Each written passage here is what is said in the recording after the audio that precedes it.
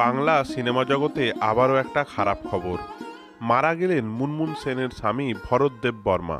তাদের ৪৬ বছরের দাম্পত্য জীবনে এদিন ইতি পড়ল। মঙ্গলবার সকালে দক্ষিণ কলকাতার নিজের বাড়িতেই হৃদরোগে আক্রান্ত হয়ে প্রয়াত হন ভরতদেব বর্মা। বয়স হয়েছিল ৮৩ বছর।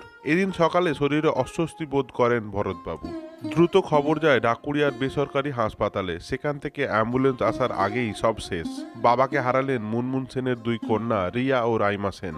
আদ্যপ্রান্ত রোমান্টিক মানুষ মুনমুন সেন ১৯৭৮ সালে ত্রিপুরার রাজ পরিবারের ছেলে ভরতদেব বর্মাকে বিয়ে করেছিলেন। নিজে দাঁড়িয়ে থেকে বিয়ে দিয়েছিলেন মহানায়িকা সুচিত্রা সেন। ভরতের মা ইলাদেবী ছিলেন কুচবিহারের রাজকুমারী, যার ছোট বোন জয়পুরের মহারানী ছিলেন। ১৯৪১ সালের ২৮ সেপ্টেম্বর জন্ম হয় ইলাদেবী ও ত্রিপুরার মহারাজা রমেন্দ্র কিশোর দেববর্মার ছেলে ভরতের। ২ মাস আগেই বাবার জন্মদিনে আদুরে পোস্ট করেছিলেন রিয়া ও রাইমা সেন। লিখেছিলেন, বাবা তার চোখে রকস্টার এবং সেরা বাবা বলে জানান অভিনেত্রী। ৪৫ ছুঁই ছুঁই রাইমা এখনও অবিবাহিতা। বাবা মায়ের সঙ্গেই থাকেন তিনি।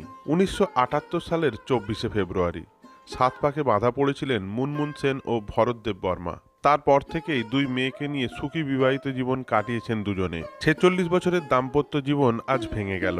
স্বামীকে হারিয়ে কান্নায় ভেঙে পড়েছেন মুনমুন সেন। ভিডিওটি এই পর্যন্তই। তথ্যগুলি ভালো লেগে থাকলে দয়া করে চ্যানেলটি সাবস্ক্রাইব করে পাশে থাকুন। ধন্যবাদ।